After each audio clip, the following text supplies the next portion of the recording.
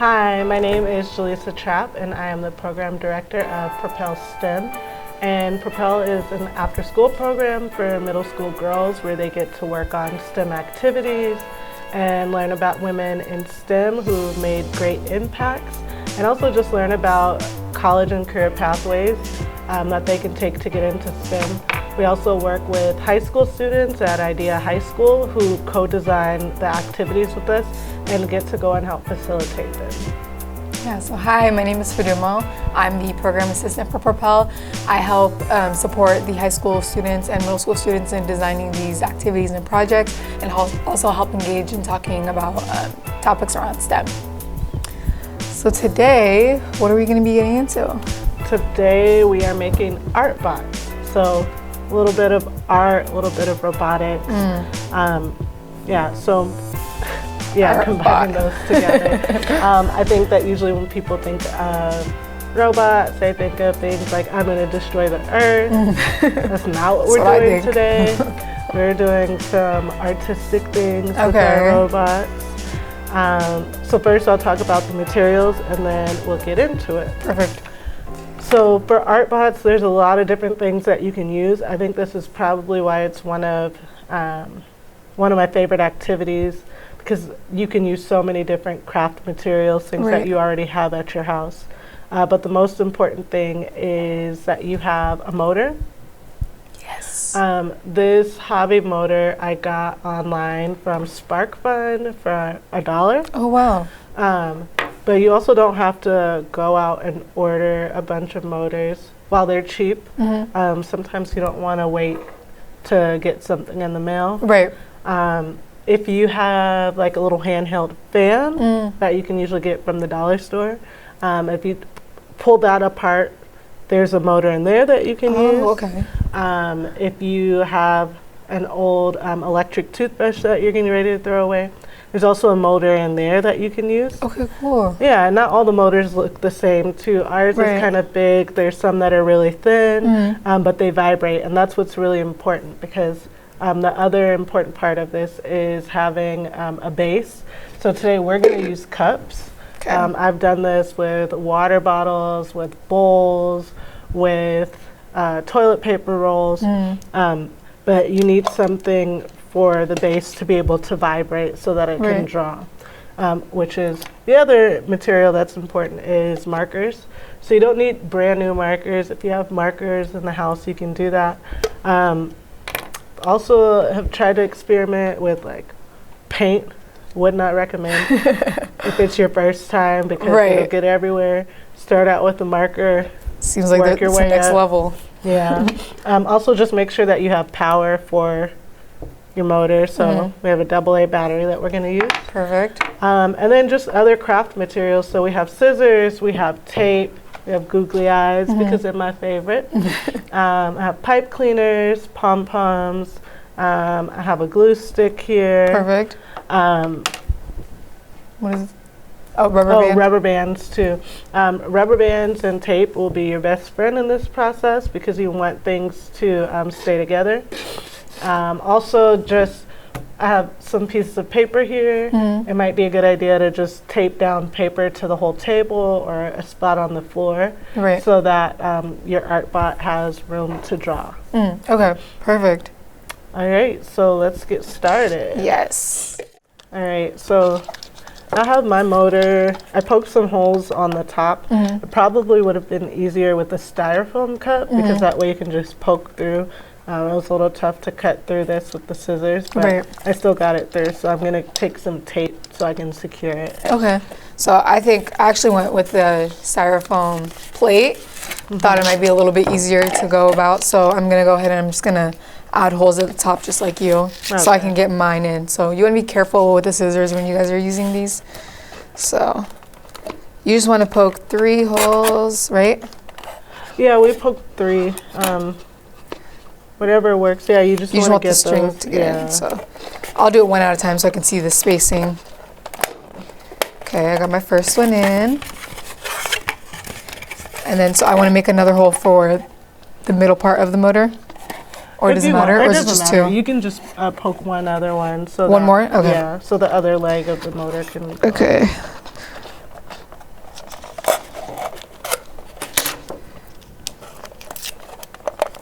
Perfect. I think I got it in there. Yep. All right. Yeah, and then like I'm securing mine on the outside, but I'm also gonna just so that when it tips over, it doesn't fall. Okay. For yours, you probably want to secure yours from the bottom. Maybe from both sides. Yeah. Just to make sure that it doesn't fall off, because once the motor starts going, it'll really start going. Yeah. Yeah, so I'm gonna test out my motor. So I'm gonna just take the legs from the motor and connect it to the battery.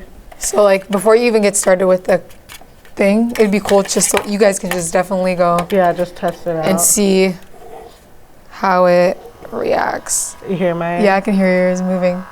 See? So you just go, make sure both sides are on like this.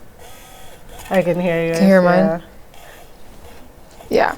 So I'm gonna worry about that later. Let me just secure this tape first. Sure that works. So for securing your battery, there's a lot of different tricks. So you could definitely use a hot glue gun and glue it together. Just be aware that your motor is just going to keep going. The whole time through, is that what's going to happen? It's going to keep going. Oh my God. You can definitely use a rubber band to secure it across this way. Ooh, how do you do that? Usually, like I'll get a thicker rubber band and I'll just stick the leads of this right through, poke a hole, so that I know that it's secure. Okay. You can also use tape, so whatever you have available to connect them, then you just use that. Okay. I'm gonna actually wait to connect my battery for the last part because I don't want it to move around while I'm trying to decorate. Get everything else into place. Yeah. Okay. I think I'm gonna do the same. Yeah. I'm gonna put some googly eyes on mine.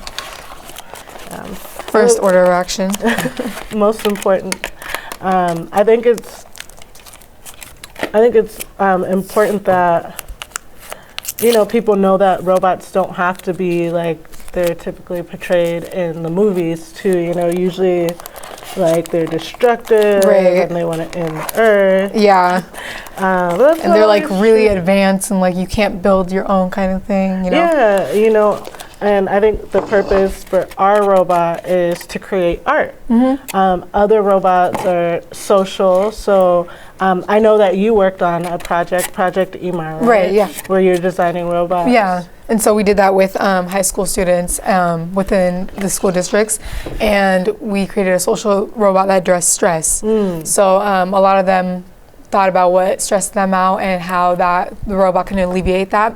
So some of them built like a robot with a vending machine in it. Oh, yeah, like something with snacks, something that plays music. Just different things that like cater to their needs, or what I think that's what robots are really for. It's like catering to your needs or trying to assist you in something. And so, but with us, we're doing something that's assisting us in our artistic process. So yeah, and robotics also leads to a lot of other things too. So. At the MIT Media Lab, there's a group called Personal Robots where they work on social robots. Okay. I actually have a friend, Randy, who works on a project where she's teaching AI to kids. Oh, wow. And so, you start to think, like, what does AI have to do with robots? It has everything to do with robots. And it's important that as we talk about computer science and we're learning programming, that we're also learning about AI and what it is and what it isn't. And it's just a really cool and approachable way to learn more about computer science and about robots. So I thought that was really cool because, normally we just think of robots as like these rigid things, but there's so much more to them. And AI is artificial intelligence, right? Yeah. Okay, great. And also robots can be cute. So I'm going to work on making mine cute. And building your design. Okay. No. I think I'm definitely going to go into that too. So I have my secured. Now I just want to decorate. Okay. So I have my markers on. I have my googly eyes. Ooh. I have a little bow tie. It's not dry yet. But I'm going to secure my battery now. Okay. You used a bowl. Yeah, I think I'm going to secure my markers, and then I'll be ready to do the battery. Okay. So yeah, I want to make sure that it is secure. There we go. Because I won't have like an on-off switch. Right. So I want to make sure that the battery stays together. So I'm using this painter's tape. Oh, I hear yours going. Yeah, I think I'm gonna go with a hot glue gun, honestly. That might be a better choice. Yeah. Let's see. Just to speed I'll it up wait a little for you and bit. use that. Let's see how this goes. Oh, but the thing is with this, you have to make sure that it's the glue's on top of the. Yeah, it can't be in before between it. Yeah. Okay. Because then it'll create a barrier and it won't be able to get power. Yeah. Ooh. Let's see.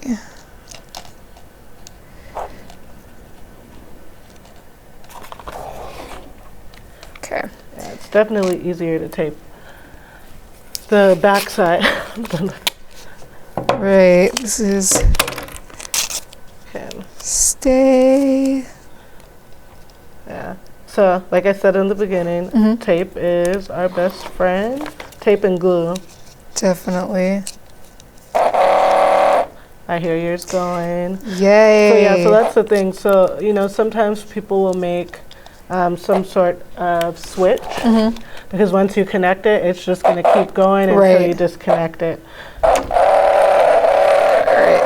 Let me glue it on. Yeah.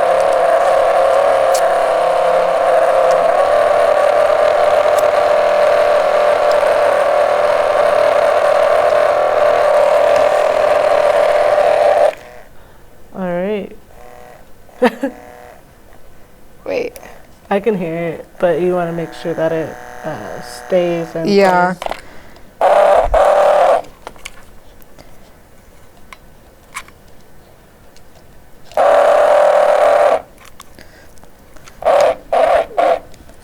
Wait. Actually, there we go. I think it's fine. Okay, you want to test yours out on the paper? Yeah. Oh, wait. See, I think I just needed another layer. Okay.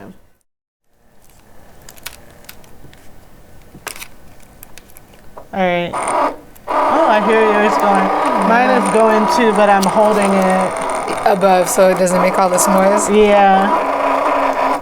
Okay. Okay, you want to try yours out first? Yeah. Okay, so I think one thing, let's see. So it's not moving. But your motor's moving. Yeah, my motor is definitely moving. Let's see yours. Yeah, so I think, so my motor's definitely moving. So I grabbed this popsicle stick because I wanted something to make it heavier and actually make it move. Okay. So I'm gonna hold this. If you could put some glue. Yeah, some hot glue. There you go. Yeah. So I mean, like, we can use like a popsicle stick, or we can use something else. Like sometimes, like the glue stick that you have right there in there. I'll just cut a piece of that off. Oh, okay, so this. Yeah, and just stick it right. Yeah, just cut a piece of that and stick it right on top. Okay, let me try that. So I think this might be dry enough, and I'm gonna let it go. Let's see. There we go. Wow.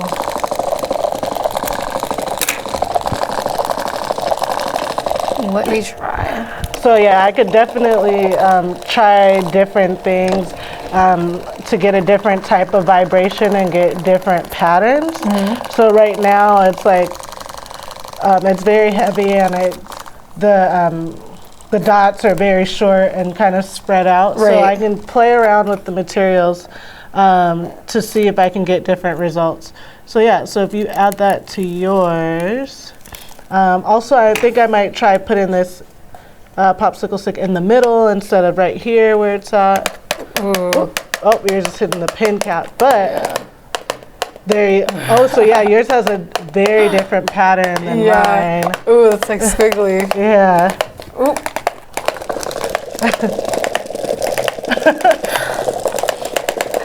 I like it. Gives us a different feel. Yeah. I think I'll stop on its own. Oh, okay. Yeah, your pattern, it barely moves up off of the paper. Yeah, so it's like where more mine squiggly. is like jumping across. So Right. we can play around with different things to put on top to weigh it down so that it vibrates and moves and makes different patterns and see what we come up with. Yeah, and I think that was the key because I've done this before, and I think that adding that factor definitely gives it like more variety and makes it able to move. So yeah. All right. Well, thanks for teaching us how to do this. This was fun. You're welcome. Yeah. All right, we're done.